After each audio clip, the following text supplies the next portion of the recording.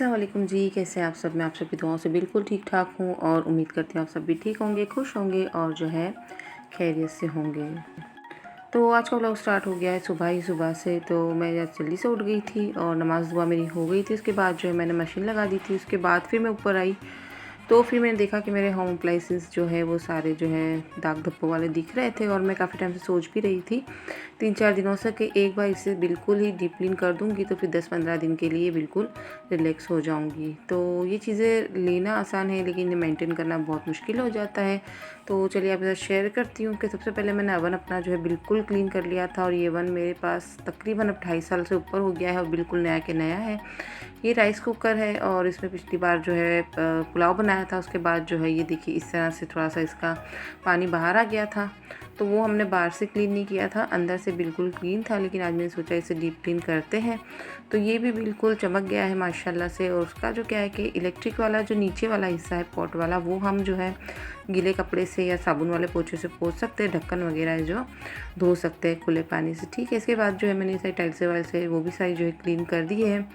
तो एक ही काम आप निकालो तो उसके साथ जो आपके 10 काम निकल जाते हैं और माशाल्लाह से सारे काम हो भी जाते हैं अगर करना चाहो तो। अब बारी आ गई है मेरे जो है ये एयर फ्रायर की। तो एयर फ्रायर भी काफ़ी टाइम से मेरे पास है, बहुत दिन हो गए इसको भी और ये माशाल्लाह बहुत ही अच्छा चल रहा है। तो उसे भी क्लीन किया है और बाहर जो है मैं आई थी कि बच्चे जो निकले हुए थे ये देखिए 15 अगस्त के ही हवाले से, तो वो थोड़ा सा क्लिप उतारना था लेकिन बच्चे इतने फटाफट से निकल गए थे, छोटी सी क्लिप बन गई है तो मैंने बना ली है। वापस अपने काम पर आ जाते हैं फटाफट। ये देखिए रोज़ाना जो है हमारा एयर फ्रायर दिन में 2 से 3 बार जो है निकलता ही है और इस तरह से ही जो है हफ्ते में फिर हम लोग इसे 2 बार या 3 बार क्लीन कर लेते हैं ताकि बिल्कुल अच्छे से चले और इसे मेंटेन करना भी आसान हो। अदरवाइज़ क्या होगा, बहुत सारा इसमें जो है ऑयल वगैरह जब जम जाता है, स्टेन हो जाते हैं तो उसे फिर क्लीन करना बहुत हार्ड हो जाता है और फिर स्क्रैचेस भी आते हैं। तो इस तरह से मैंने देखिए इसे भी बिल्कुल डीप क्लीन कर लिया है और इन सारी चीज़ों को भी मैं हवा लगने दूंगी और इन्हें जो है साइड पर रखती जाऊंगी। तो माशाल्लाह से अवन भी बिल्कुल क्लीन हो गया है और राइस कुकर भी हो गया है, एयर फ्राई भी हो गया है। बारी आ जाती है हमारे टोस्टर की। दरअसल ये कैसा हो जाता है कि हमारे यहाँ धूल मिट्टी बहुत उड़ती है, मेरा घर खुला खुला सा है तो अगर खिड़कियाँ बंद ना करूँ तो फिर जो है इसमें धूल जो है लगना स्टार्ट हो गई है। और इसे मैंने अच्छे से क्लीन किया है लेकिन ये जो आपको दाग नज़र आ रहा है ये इसका जो है हीटिंग कॉइल होता है उसका है, क्योंकि हम लोग काफ़ी टाइम से इसे यूज़ कर रहे हैं तो वो जो इसका स्टेन है तो ये ख़राब नहीं है, बिल्कुल क्लीन हो चुका है माशाल्लाह से और सारी चीज़ें मैंने बहुत अच्छे से रख ली है। लहसुन अगर करना हो तो 3 से 4 दिन हो जाते हैं क्योंकि जैसे जैसे टाइम मिलता जाता है तो तभी हम लोग इसे साफ़ सुफ करते हैं। अदरवाइज़ जो है क्या होता है, मैं हो सकता है तब तक मैं छिला हुआ ले आती हूँ लेकिन इस बार मुझे मिला नहीं तो फिर मैंने यही लहसुन ले लिया था क्योंकि बिल्कुल ख़त्म हुआ था। कपड़े वगैरह देखिए वॉश करके आ गए हैं, इसे भी तय करने हैं और दूसरे धुलने वाले हैं वो इधर फेंके हुए हैं। ये तकिए के सारे जो है गिलाफ है और आसमा जो है ऊपर के सारे काम कर रही है। खैर से अभी 3 दिन की छुट्टियां हैं तो ऊपर आसमा गई थी तो माशाल्लाह से सारे जो प्लांट्स में फ्लावर आई हुई थी। तो ये आलमंडा है, फिर मधुमालती है और गुलमोहर है।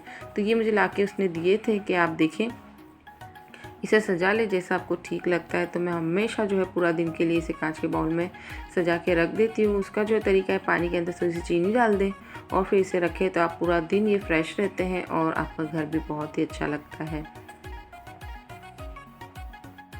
तो जी इस बार तो गुलमोहर में इतने सारे फ्लावर आए थे और मैं एक भी बार ऊपर चढ़ के देख ही नहीं पाई हूँ और बच्चे भी कह रहे थे कि मम्मा आप एक बार जाके देखिएगा, बहुत मज़े का जो है फ्लावर वगैरह हुआ है और मौसम भी बहुत अच्छा होता है। तो चले खैर वो तो बाद में देखी जाएगी। अभी मैं आपके साथ ईज़ी सी रेसिपी जो है शेयर करने लगी हूँ। ये है पत्तरवेले यानी पात्रा, आप इसके पतोड़े भी बोल सकते हैं। उसी का मैं बैटर तैयार करने लगी। उसमें मैंने क्या किया है कि पत्तों को अच्छे से क्लीन किया है, वॉश किया है, उसे साइड पर रख दिया है और इधर बेसन ले लिया है, जितना मुझे चाहिए था उसमें शामिल कर दिया है मैंने।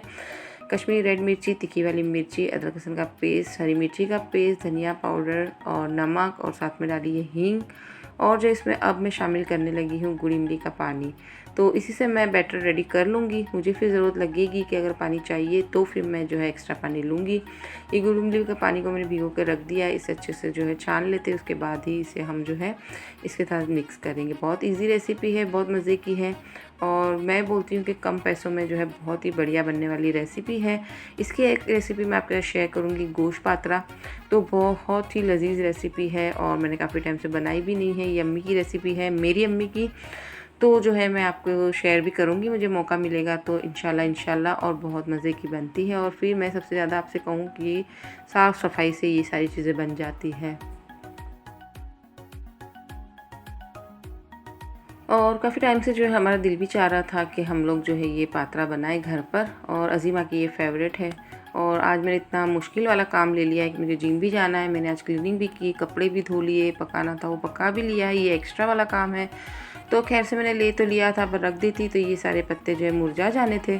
तो सोचा चलो इसका भी एक बार जो है हम लोग निपटा कर लेते हैं, उसके बाद ही हम जो है इसके साथ आगे क्या करेंगे वो भी आपके साथ शेयर करेंगे। फटाफट से मैंने पत्ते अरेंज कर लिए। अक्सर ये चीज़ें तो सारों को जो है बनाना आती है, लेकिन मेरा काम है तो मैं आपके साथ शेयर करती रहती हूँ कि अगर किसी को ना आते हो और न्यू बिगिनर हो तो वो शायद बना ले। तो बस इसी वजह से ये सारी रेसिपीज़ आपके साथ जो है शेयर कर रही होती हूँ। तो देखिए इस तरह से मैंने रोल बना लिए हैं, और इसके जो है मैंने 250 ग्राम पत्ते लिए थे और 2 बड़े साइज़ के जो अच्छे खासे रोल बनकर रेडी हो गए थे, और बहुत ही यम और मज़े के बनकर रेडी होते हैं। तो फटाफट से इसे रखूँगी, और जितनी देर घर पे हूँ मैं इसे जो स्टीम करूँगी। उसके बाद मैं आशु को फ़ोन कर दूँगी कि वो क्लास से आएगी तो जितना स्टीम रहता है तो वो फिर आगे कर लेगी।